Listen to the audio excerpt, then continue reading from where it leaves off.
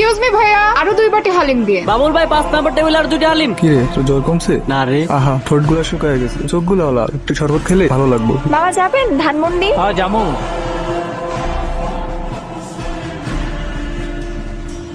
মনে আছে তো, আজকে বাবুর প্রথম রোজা, বেশি করে ফ্রুটস আনবে কিন্তু। কষ্ট হচ্ছে বাবা? না। না মানে আমি কি বুঝি না? মুখটা শুকিয়ে এতটুকু হয়ে গেছে, আজ কি খাবে বলো? পিজা খাবে? এই রিকশা রাখেন রাখেন।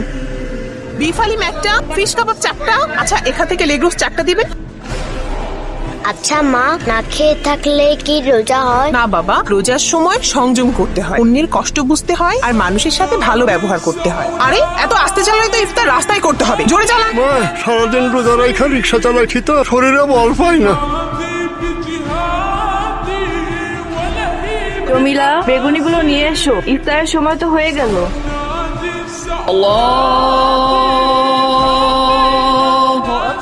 ইফতারটা করে নিন আঙ্কেল। ওসমান, তুমিও বসো, একসাথে ইফতার করি। আঙ্কেল, আম্মা আপনাকে এগুলো দিতে বলেছে।